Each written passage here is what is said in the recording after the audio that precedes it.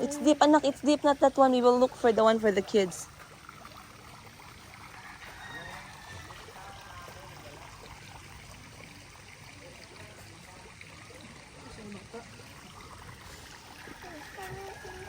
Not Chico, it's deep. Someone can die. Kung confident, ano magpalupad diri baka dagat sabit. Kasi masabit sa puno. Good morning, everyone! Talaga pag ganon-ganon, no?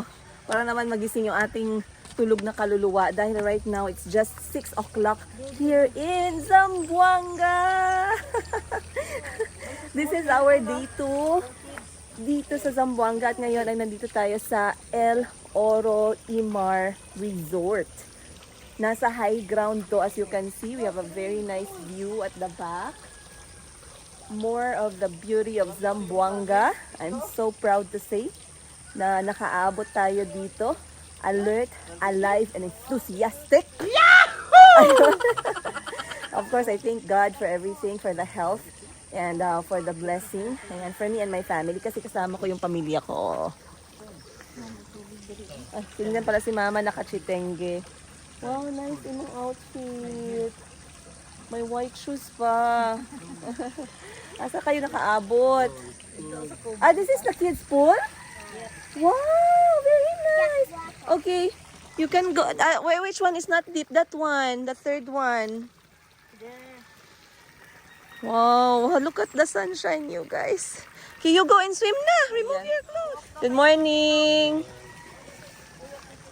Wow, look at the sunshine. It's okay. Yan. Mag-breathe in tayo and mag-breathe out with the sunshine. Kasi ito yung mga bagay na free but the best thing in the world. I know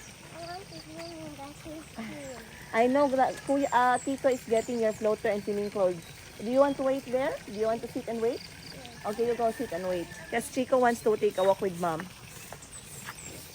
So, alam ko marami sa atin dito yung laging nagpipray ng another day. And when that day comes, let's stop and absorb it, the goodness of it. Lalong-lalo na yung umaga. So, ang ganda nitong place na to, El Oro Imar Resort ng Zamboanga. Though medyo malayo talaga siya from the city center. We traveled like 1 hour and a half. 1 hour to get here. Pero, wow. Sabi ni Chico, it's cold. Bagong gising sila. It's cold. Dito ka swimming clothes. Yes. Wala, Chico is coming, oh. I'll come, he said. I'll come. Nakuha na po din siya sa akong video na. So, ang gandang initiative dito, guys, kasi meron silang malalim na pool for the adults. And they also have these 3 different round swimming pool for the kids. So, dito yung pinaka mababaw, which is good for 2 to 3 or 2 to 4 years old. Well, that one, I believe it's for like 6 to 10. Eto, medyo ano na rin to, nasa 5 to 6 years old. Ang galing naman. And the water. Alright. So, dumating kami dito, guys, ng late at night kagabi. Around 8 p.m. So, wala na kaming makita. Masyado nang madilim. And we were all tired from the first day of our Zamboanga, Santa Cruz, and city tour.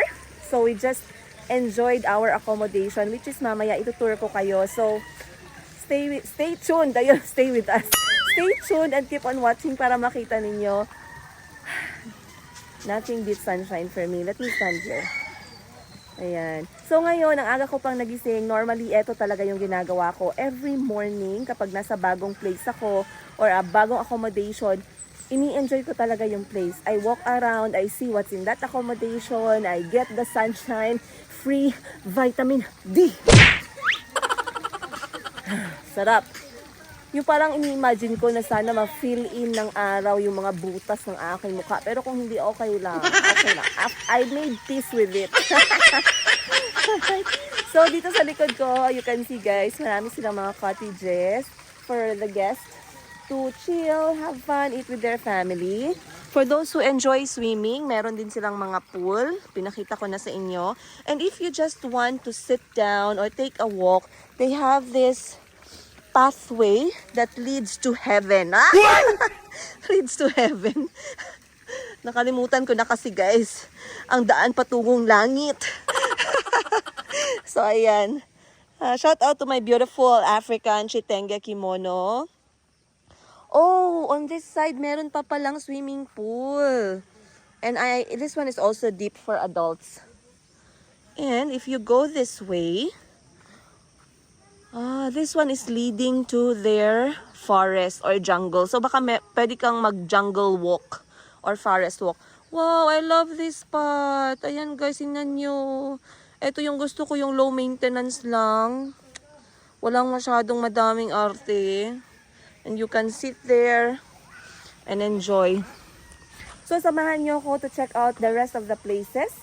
And we'll see.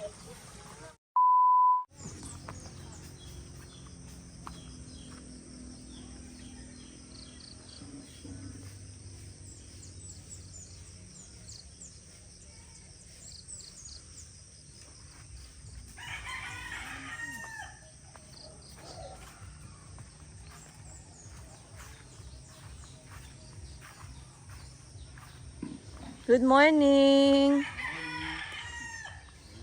Morning. Good morning. So napansin ko guys, ang dami nilang pangsabong dito na manok. So most probably kapag ganun, ang may-ari ng accommodation na to loves to take care of pangsabong na manok. Wow. Ready na yung gulay. Sa Uganda, hindi nila kinakain to eh. Kaya nga sabi ko kay Auntie, Auntie, alam mo, dito sa amin, yung dahon ng kamote at dahon ng kalabasa, ang sarap niyang igulay, ang sarap niyang iluto. So, ngayon, alam na ni Auntie Christine. Kasi, ilang beses na niya na rin nakain at nabigla siya sa lasa.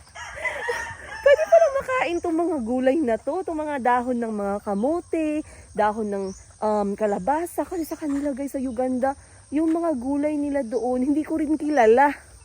First time ko natikman sa buhay ko. At yung mga gulay na nandyan lang, na kilalang kilala ko, hindi nila kinakain.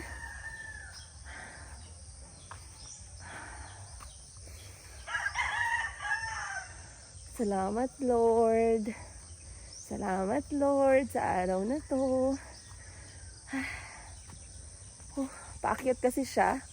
So ito yung magandang walking. Yung paakyat. Yan. So basically naabot ko na yung entrance. Ito yung kanilang parking area dito sa loob. And then meron silang accommodation dun sa baba. Check natin yung accommodation na yon para naman matur ko kayo ng maayos. So, hindi naman talaga siya masyadong kalakihan. Though, I can see na marami silang amenities. At yung amenities na pang pamilya, pang sports pa. So, gusto mag-swimming at mag-hiking. Anyway, bago ko makalimutan, presyo ng place na to, meron silang different prices. Makikita yun sa kanilang Facebook page, El Oro Imar Resort. Pero ang na-check out ko is yung 1,500 pesos, which is good for 4 people. And maliit siya. And another one is 2,800 pesos, which is good for 6 people naman. Ayan. Good for 6 people siya, and it has a good view. And malapit siya sa pool, accessible. So, yung kinuha namin is yung tag 2,800 pesos kasi we are like 6 adults at saka 2 kids, so we really need that space. And for me,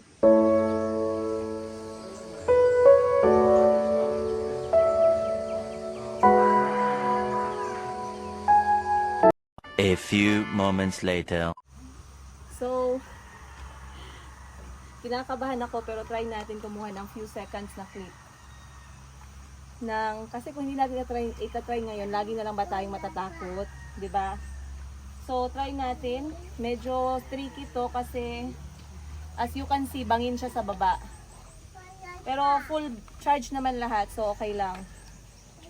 Try natin kumuha ng few seconds na shot, yun lang talaga. Para makita ninyo yung beauty netong area kung nasaan kami. Alright, set up ko lang.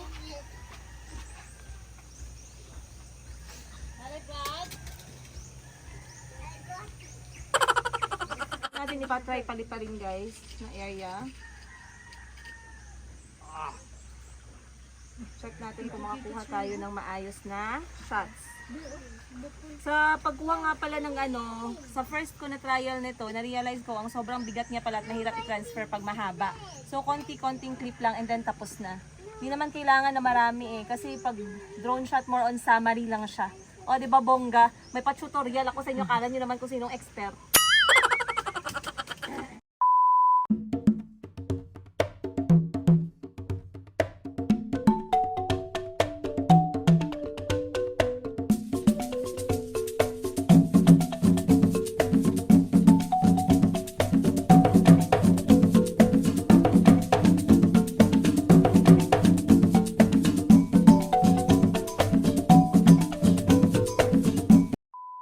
Alright, time check. Time check natin is alas 8:30 na. And we are having breakfast. It's okay. Okay. So for breakfast, ito lang yung kanilang available guys. Mga easy to make. Corned beef, noodles, itlog, at merong tuna. Tuna kay auntie. It's okay auntie, you can eat. And we are having breakfast here with the view. Alright. So, kakain lang kami and then they will enjoy a little bit of the swim para makapag-prepare na tayo para umalis. One eternity later. Alright guys, katapos ko lang mag-breakfast at nagsiswimming na ang buong pamilya with the kids. So ngayon I realized wala pa pala tayong room tour. So baka nagtataka kayo, Madam, we want to see where you are sleeping. Kasi nasabi ko yung presyo kanina which was 2,800 pesos for the whole place. Wala siyang breakfast, wala rin siyang entrance fee. So yung entrance fee dito, separate siyang binabayaran which is 100 person kada tao at 50 pesos naman kada bata. Hindi rin kasali yung breakfast. So we had to pay for the breakfast separately. Then I'll share with you guys my honest review as well. So this is the place. Ayan, basically it is a wooden native cottage and meron siyang extension sa baba. I'm going to show it to you right now bago tayo pumasok sa loob. So ganito siya, oversized yung kanyang bubong. And if we go down a little bit here, meron siyang extension sa baba which is a good place to cook. Ayun, merong sariling place to cook. It has a space for people to sit down and eat together or pwedeng maglagay dito ng tent. So parang magagamit mo rin yung space pag maramihan kayo. And this is the room we used last night para matulog. So ganyan ang kanyang feel. Meron siyang the coconut nut is a giant nut vibes. And it has its own view. So when it comes to the location of the room itself, maganda siya in a sense na pagkagising mo sa morning, you can just enjoy the view right here. Ayan. Or you can stay in the duyan-duyan para naman medyo ma-relax ka ng konti sa umaga. Other than that, the cottage itself is beside the swimming pool for adults. So dito kami nagpa-set up ng aming breakfast kasi medyo higher ground siya. And habang kumakain, nag-e-enjoy tayo ng view plus the wonderful sunshine. So, yan yung sa labas niya. And that is included in the 2,800 pesos na binayaran namin sa cottage. Now, let's go inside. So, going inside, eto naman siya. Once again, you guys, medyo okay na to ngayon kasi kagabi ang dami naming bags. Imagine having 6 people with 2 children.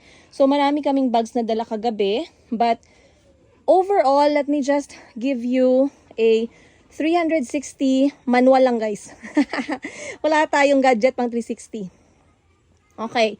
Basically, yun lang siya talaga kalaki. I would say na this is like 1, 2, 3. This is 3 by, I don't know, 3 by 4 meters na kubo. And this is how it looks from the inside. Meron siyang bed. This is like a queen size bed. Ayan, 2 tao. And then meron siyang extension na bed, pull out. Pero ang ginawa namin kagabi, hindi na namin siya pinull out. So it's easier for us to pass palabas. Kasi sobrang maliit talaga yung space. As you can see guys. Ayan, so ipag nilagay namin yung bed. And if you want to go to the toilet, since walang toilet yung cottage, you have to go up and step on the bed. Lalo na yung mga natutulog sa taas. The toilet is right here. Ayan. Then, here, meron silang maliit na window which you can open. Naglagay sila ng rice cooker, ng water boiler, and also electric fan sa baba. Water they do sell from the restaurant. Though, hindi kayo pwedeng maghugas dito ng kahit na ano or gumamit ng water kasi hindi functional yung kanyang sink. Alright? So, kagabi, malapit ako nagtapon dito ng gatas at saka naghugas ng bata kasi nga merong sink pero nakita ko butas pala siya and it goes directly down there. So, ayaw naman natin na mabasa yung mga tao sa baba. Okay? So, that pull-out bed, meron silang nilagay na extra mattress. Ayan siya. And then, wala nga po palang Wi-Fi. Again, wala po silang Wi-Fi dito. So, if you're thinking of staying in this place or this resort, El Oro, Imar, they don't have Wi-Fi. It's not a bad thing. It's a good thing. And I know people nowadays, meron na tayong mga data. Pero sa mga nagtatrabaho at mahilig ng malakas na Wi-Fi, you should know na wala silang Wi-Fi dito. So, let's go out. When it comes to to outlet, meron silang 3 sa baba and they have another 2 upstairs. So, other than that, wala nang source of kuryente sa room. So, it's always good na magdala ng extension wire. Yan. Alright? Now, let's go to this extended balcony. So, glass door siya na merong cortina. And when you open, it's like 1/2 meter. 1/2 meter by 3 meters. Or 4 meters. Hindi ako masyadong magaling. Pero, nandyan. I'm sure tama ako sa mga sukatan na yan. Okay? So, hindi masyadong malaki. This one, you can stand here, take photos, or you can just sit down, have your snacks. Another is you can enjoy the duyan-duyan. Pero, hindi siya ganun kalakihan, like I said. But it's a good touch kasi balcony is always a plus when it comes to accommodation. So, bigyan ko lang kayo ng sneak peek. Ganyan siya. I got like few minutes here in the morning and I was happy I did. Kasi sometimes pag kakagising mo lang, you want to use that time muna to chill. Mag-chill ka muna. Alright? So, if you see that guys, it's a beautiful view of the lower ground ng Zamboanga. Pero hindi po ito yung kanyang city view. It's more of a beach or coastline at saka yung kanilang mga coconut plantation at greenery. So, let's go together. Punta tayo sa taas. So, down here, dito kami natulog ng mga bata together with my siblings. Dito sila natulog sa baba. So, dito nagkasya lang 2 and then dyan 2 plus yung 2 young kids. Dito na rin natulog sa tabi namin ni Mama. So, let me show you upstairs. Upper deck, I would say. Meron siyang hagdanan access. At dahil si Auntie ay medyo mataas, mahaba, at medyo bigger yung kanyang size, it was okay for her na sa taas siya matulog mag-isa kasi kailangan niya ma-extend yung kanyang katawan. Basically, ganito lang siya. The kids wanted to sleep upstairs kaso medyo steep kasi yung kanyang hagdanan kaya kailangan talaga siyang bantayan kung may mga bata kayong kasama. Alright, so this is how it looks guys. Ngayon isasama ko kayo to see it from up. Alright, here. So pag-akyat ninyo, okay. Meron kayong ganitong klaseng space. Alright. Once again, merong saksakan, 2 for your gadgets. Meron silang provide na electric fan and beddings. Yung bed, I would say it's good for 2 people. And then, ganyan lang talaga siya. Very, very native feel. Normally, I love this kind of feeling when it comes to accommodation, really. Pero, napansin ko yung downside niya is masyadong maraming klase ng, hindi naman siya lamok, hindi rin siya langaw, pero yung mga maliliit na insekto, hindi ko alam kung dahil ba siya dito sa mga kahoy at sa mga dahon-dahon na tuyo, pero I believe na kapag ganitong klaseng accommodation, maganda na merong way para hindi magkaroon ng mga ganun. Kasi ako guys, as a nanay, ang kinakatakot ko is yung pumasok yung mga maliliit na insekto sa tenga. Isa yan sa fear ko talaga as nanay. Kaya kagabi, kapatid ko, watch out for those small insect. Kasi bigla lang silang sumusulpot, bigla lang silang nahuhulog, bigla lang silang tumatalon. At you know when you're sleeping, you don't know what's going on in the world. At alam ko yung feeling guys na mapasukan ng something sa tenga. When I was young, napasukan ako ng langgam. Napasukan ako ng yung radyo-radyo guys na malaki. Ang laki-laki ng radyo-radyo pumasok sa tenga ko guys. Grabe, sobrang sakit talaga. Yung talaga mapapasigaw ka. Ewan ko lang sa inyo kung na-experience nyo na yan. But it became my trauma. At ayokong mangyari yan sa mga anak ko. So I was really, really careful. And I decided na wag silang umakyat dito sa taas or wag dito matulog sa taas nga. Kasi they cannot manage. Lalo na pag mga bata. Okay, at least pag pag adult ka, pwede ka maging vigilant, you clean the bed, or you make sure na yung position mo is not easy access for mga insekto. But overall, Auntie said that she slept well up here and she rested very well.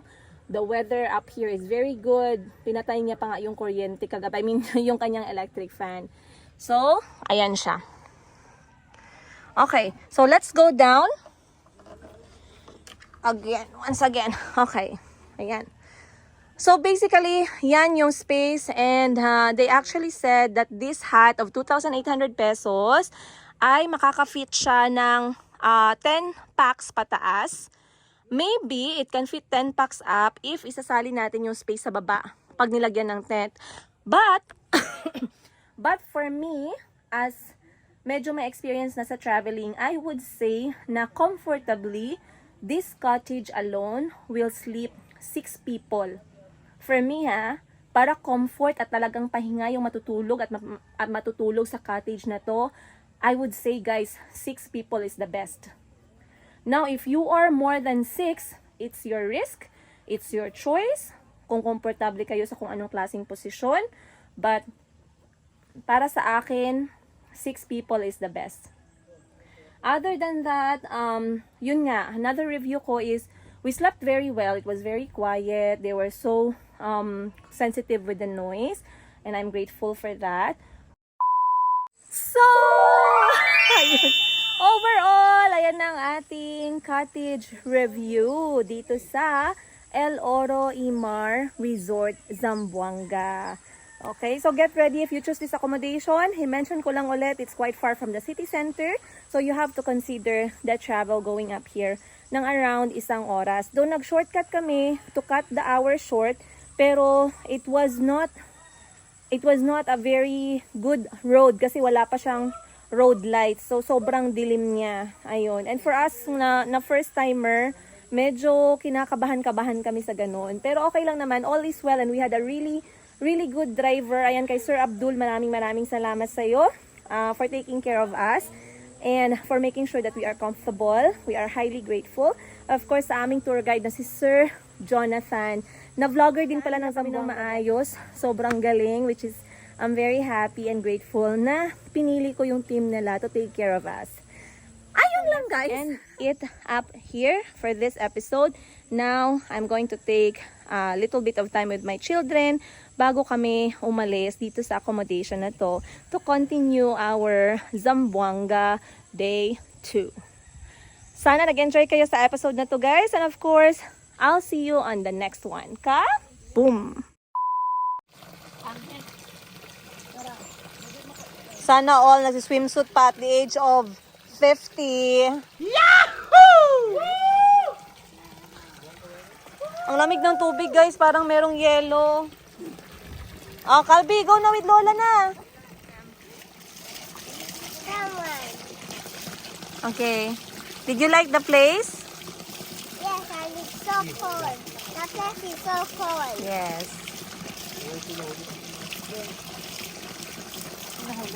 And it's so slippery. So slippery. Come and enjoy na the water. And it's slippery. Okay. Actually guys, etong part na to, gusto ko munang i-review. Sobrang ganda ng part na to, lalong-lalo na sa photos and videos. And my family really love this one. Pero we have to consider at dapat mag-keep in mind kayo na kung kayo ay may mga, kung kayo ay papasok sa loob, it is slippery. Medyo meron siyang something sa kanyang sahig na nakakadulas. So be very, very careful if you're using this pool. Pero sobrang ganda niya at sobrang Instagrammable. Ayun, tingnan nyo na lang yung mga shots natin mamaya kung pasado. Alright, nagpahabol pa talaga ako, no? Kasi that's the reason, that's the purpose of traveling and vlogging when you travel. To review and to give you guys a heads up and to give you a sneak peek. Para pag kayo yung pumunta, at least alam niyo yung magiging expectations ninyo. I would like to help the fellow travelers, lalong-lalo na yung mga nanay, at lalong-lalo na yung mga family travelers. Kasi yun yung pinaka-sensitive. Yung meron kang kasamang senior, meron kang kasamang may kapansanan, may kasama kayong mga minors, toddlers, infants, buntis. Yun for me is very, very crucial. So, at least sana may natutunan kayo sa video na to. But overall, El Oro Imar Resort has a really, really great service.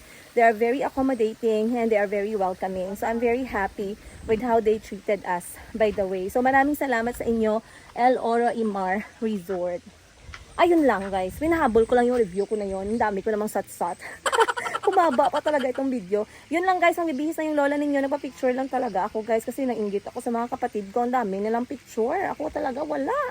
So let's go bihis na and let's go have more tour of Zamboanga.